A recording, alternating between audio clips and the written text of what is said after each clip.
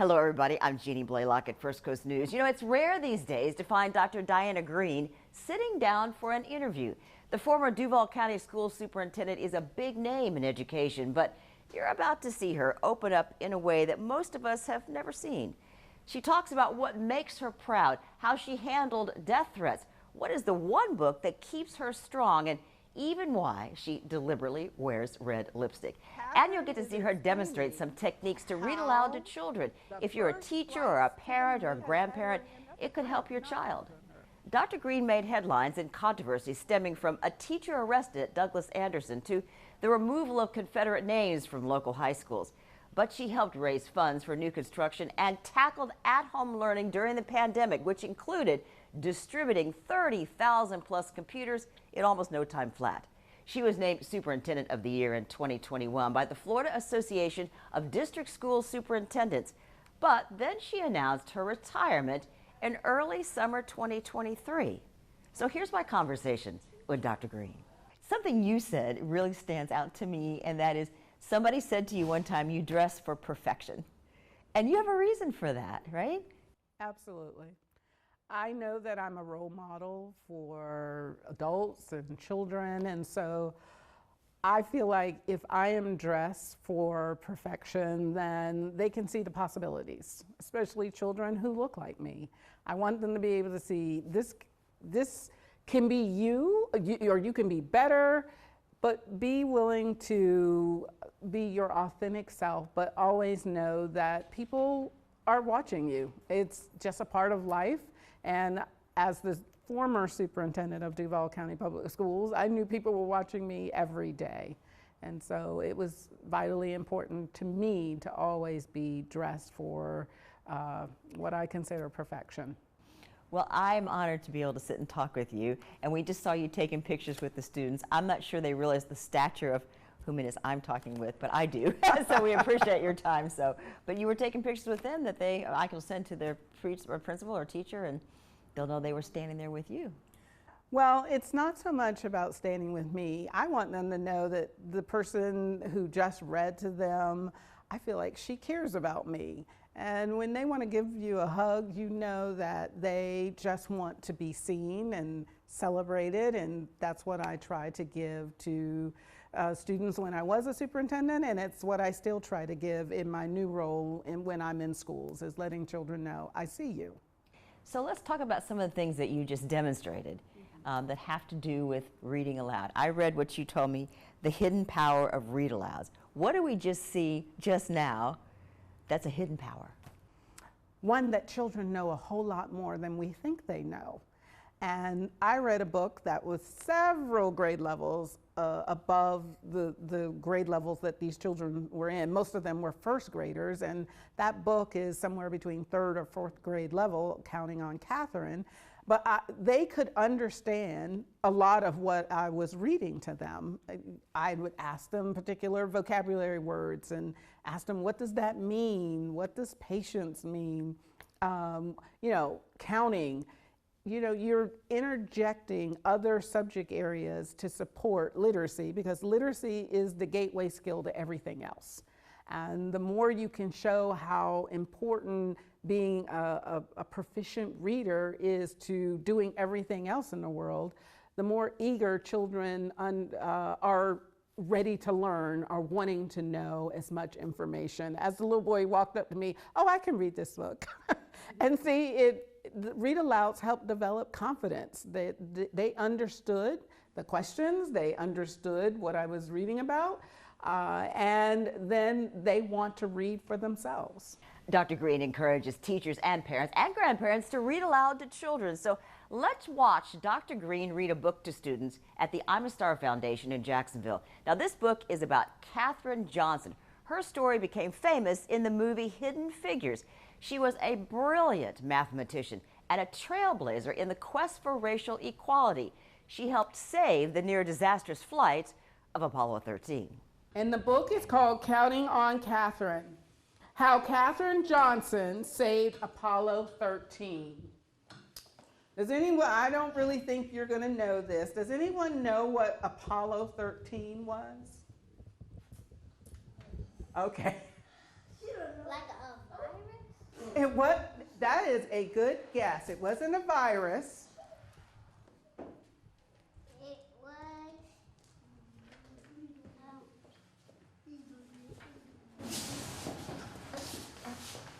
It was something that goes way up in the moon. It went to the moon. The sun? Not the sun. It's a vehicle that went all the way to the moon. It's a rocket. Skybase. A rocket? What? She's right. An airplane? Oh, she's right. It was a rocket, a spaceship. A rocket ship. Yes, Apollo 13 was a rocket ship or a spaceship. So let's learn about counting on Catherine. Does Catherine look like a little girl or an adult in this picture? She looks like a little girl. So we're going to talk about Catherine Johnson as a little girl. So let's all pay attention. You can sit down. Oh, thank you. But for everyone's benefit, I think I'm going to stand. Thank you. Catherine loved to count.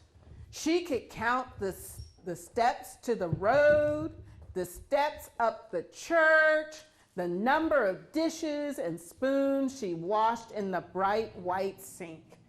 So let's see if we can all count the number of steps. I'm going to point and I want everybody to count with me. 1, 2, 3,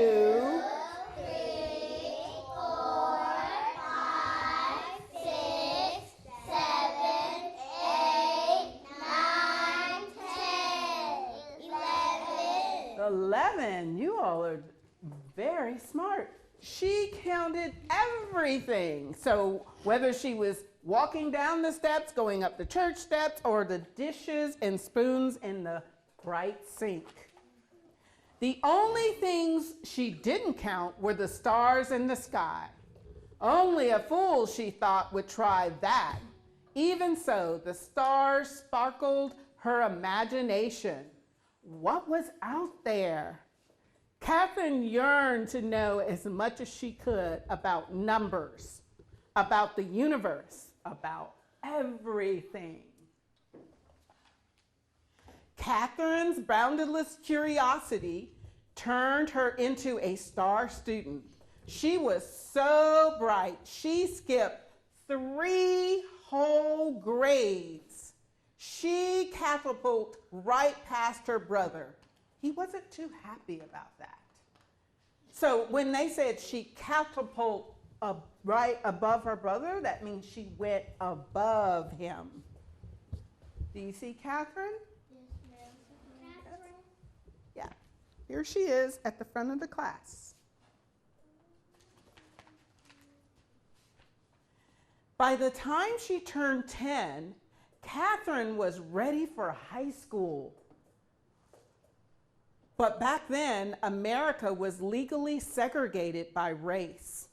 Her town's high school didn't admit black students of any age. Catherine burned with fury. She wanted more than anything to keep learning. There was still so much more to know. So when they said Catherine burned with fury, do you think she was happy or angry? Angry. That's what fury means. Burned with fury. It means she was angry.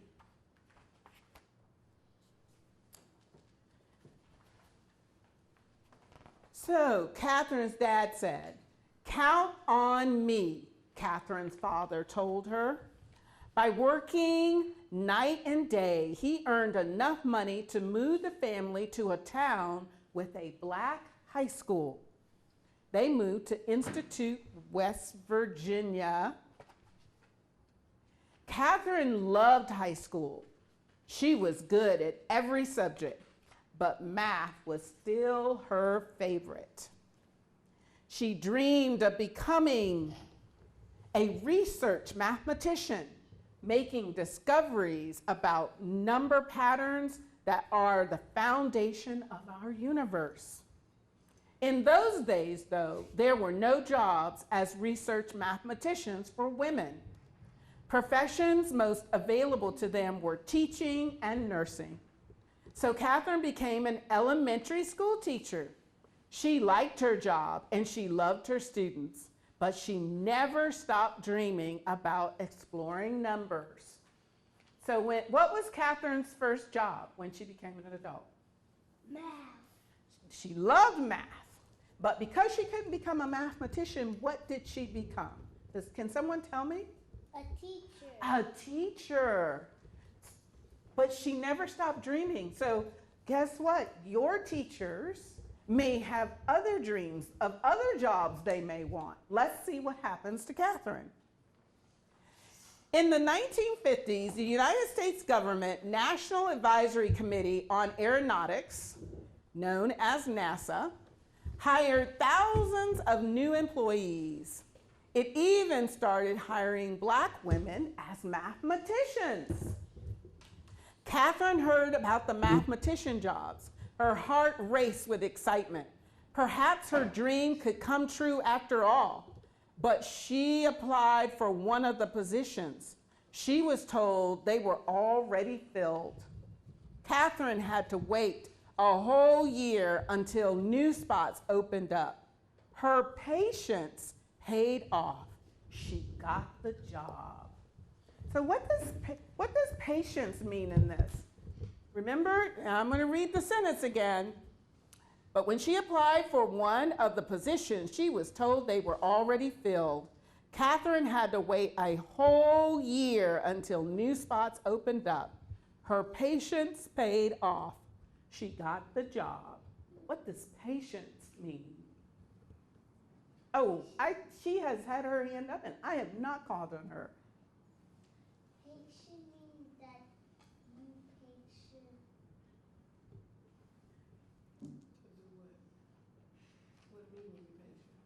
Yeah, what is it? Great, thank you. What does it mean when you are patient? Your mom said she said you need to be patient, but that means telling you to do what?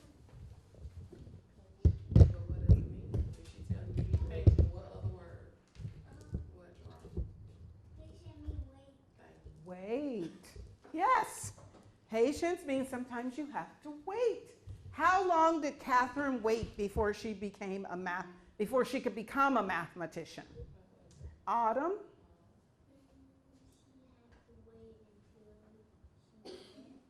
I read that sentence. She had to wait All year. absolutely. She had to wait a whole year. Brandon, you got it going on. She had to wait a whole year. So patience means to wait. And how long was her wait? It was a whole year. A few years later, the Soviet Union sent a rocket ship into space, launching a space race with the United States. NASA was rolled into a new space agency, and I got it wrong, it's NACA, the National Aeronautics and Space Administration, NASA. Catherine now found herself at the heart of America's space program. She worked as a computer. Electronic computers were not widely used yet. She was known as a computer. That's how smart she was and how good she was with numbers. They called her a computer. She calculated long series of numbers. All the computers were women. They were given the tasks that men thought were boring and unimportant. That didn't bother Catherine. She knew that without her contributions, a spaceship couldn't reach its destination nor safely return to Earth. Now, I want everyone to pay attention to this picture here. Catherine is explaining how to send a spaceship into space. Here's why. Sending a rocket ship into space is like throwing a ball into the air. At first, the force of the throw sends the ball up, up, up. But as its energy runs out, the ball's path curves back towards the ground. where it lands depending on what angle it was thrown and how high and how fast it flew. Because math is a kind of language, Catherine could ask those questions. How high would the rocket ship go, and how fast would it travel, using numbers, and numbers would provide the all-important answer. Where would it land? To find out, Catherine plotted the numbers she calculated on a graph. When she joined the points together, they formed a curved line. At one end of that line was Earth. At the other time, the rocket ship launched. At the other was where Earth would be when the ship landed. Now, this is a lot of hard information that I don't expect you to remember, but basically, Catherine says if you throw a ball, you can use math to determine how far the ball will go and where will it land. If you have a boat and put the thing on there, it will go all the way to space. For a rocket ship, it will. Catherine was promoted again. Now she was asked to calculate the flight paths for Project Apollo. The first flights to the moon. See, you were very close. You're the one who said the moon. That's where the spaceship was going. Count on me, she said. On July 20th, 1969, the Apollo 11 astronauts walked on the moon. Their feat was celebrated around the world. Apollo 13 launched on April 11th, 1970. But on the third day of Apollo 13's flight, the worst thing happened, an explosion in space. Oh, well, we're going to find out. But Catherine wasn't in space. Catherine was on the ground, being the mathematician, figuring out what do they need to do. Could the crippled spaceship make it to the moon? And if it didn't, would it be able to get back home to Earth? The 3 astronauts on board were in grave peril. That means danger. The word peril means they were in danger. Commander Jim Lovett told Mission Control, Houston, we have a problem. Back on Earth, Katherine Johnson got a phone call. Her flight path calculations would have to be done all over again and perfectly. It would be the toughest challenge of her life. Catherine told Mission Control, you can count on me. She rolled up her sleeves, took a deep breath, and began doing the math. She worked hard and fast. A few hours later, Catherine's calculations were finished. The flight path to return home would take the ship around the far side of the moon. From there, the moon's gravity would act like a slingshot to zing the ship back to Earth. So do you think they made it back to Earth? Yes. No. You think they made it back? You don't think they made it back? How many think they made it back to Earth? Because of Catherine's math. How many think they did not make it back to Earth? Well, okay, let's find out.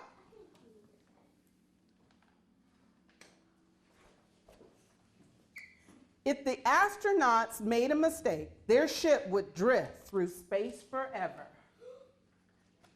Catherine waited anxiously to hear the astronauts' report. Finally, it cracked over the loudspeakers. We got it! Apollo 13 was back on track. Katherine Johnson had done it. Yay, let's give her a big round of applause. She brought Apollo 13 home. She was no longer the kid who dreamed of what lay beyond the stars. She was now the star herself. This is the end. Yes.